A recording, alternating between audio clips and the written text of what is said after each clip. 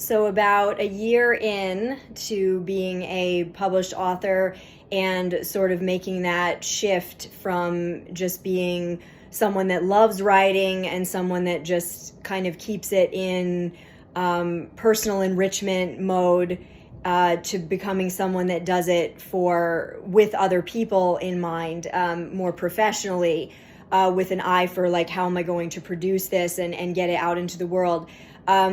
That journey has been throughout pretty much from 2020 till now. And it's been a very rewarding journey, but it's also been very uncomfortable. And I just feel like I have some insight to share with anyone, particularly the millennials of this generation, this era, my generation and the one after. There's just a lot of misunderstanding about pursuing your dream. And the first thing that I feel like people need to know about pursuing their dream is talent is not all you need. A lot of millennials think that if you are just talented and you have a gift, that all you need to do is show somebody and then someone will automatically give you a job or a position and people will just be enamored with your gift and bow down to you and stuff. And there's a lot of reasons for this perspective. Social media, parents and teachers telling you that, but it's not the case. And we don't need to be discouraged by that, but just understand that it's normal if your talent is not getting you where you want to go automatically, because lots of people are talented. You need to just lay down the idea of like being the best, because you will never be the best. That's not the goal. That's a very unsustainable goal. Don't fixate on being the best and having like the world at your fingertips. Just focus on what you love. Another thing is first of all, just keep doing what you love. Don't worry about how you're not getting to do it. Just if you truly love it, you'll be doing it. You'll be practicing it as you can for many, many years just because you love it. But don't put pressure on your dream to pay the bills right away. What you need to know is you just need to be, as a young person, you just need to be satisfied and just fix this in your mind. The reality is, no matter what your dream is, it's going to cost money. It's going to cost you money. And so the best thing you can do is pursue, unless your dream has like specific steps in college, pursue a job that's going to pay the bills.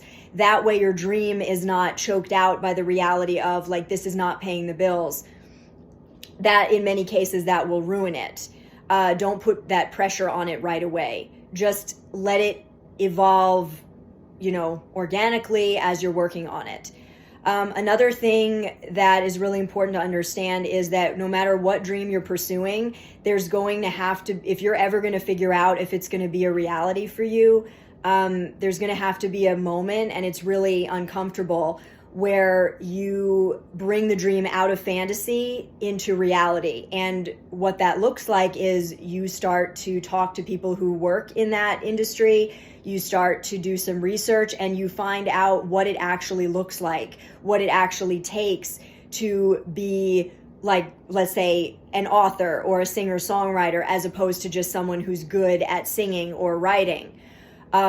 And it's very uncomfortable because you realize, oh my gosh, there are some really unfair realities that are just the way it is. And I'm going to have to do a lot of work that I'm not necessarily fond of or good at in order to make this happen.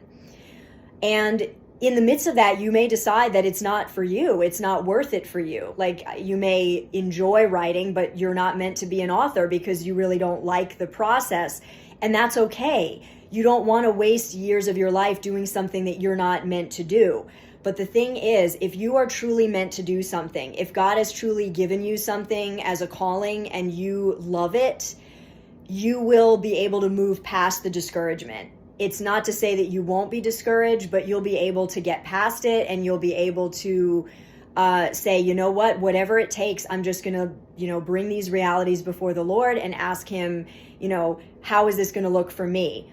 It is going to look different for everyone, but you do need to do research about what the industry looks like and what you're up against. And then make an informed decision with the Lord, and He will open doors for you. If it's meant for you, you're going to have to push past the discouragement, and you're going to have to face the reality of your dream for what it is. And that is an uncomfortable step. It involves recognizing that you may be good at this one thing, but you're not good at a lot of things. It's recognizing that you're going to have to, you're going to need other people. You're going to have to sacrifice more time and more money and, do real research. And that's hard to hear when all you want to do is just make music, or all you want to do is just write. But if you truly love it enough that you want to do this and get it out there to the world, you will step up to the plate and do what it takes. So don't be afraid of the realities. Face them, embrace them, and honor the process, because the real process will get you the real reward that you're after, not a cheap imitation.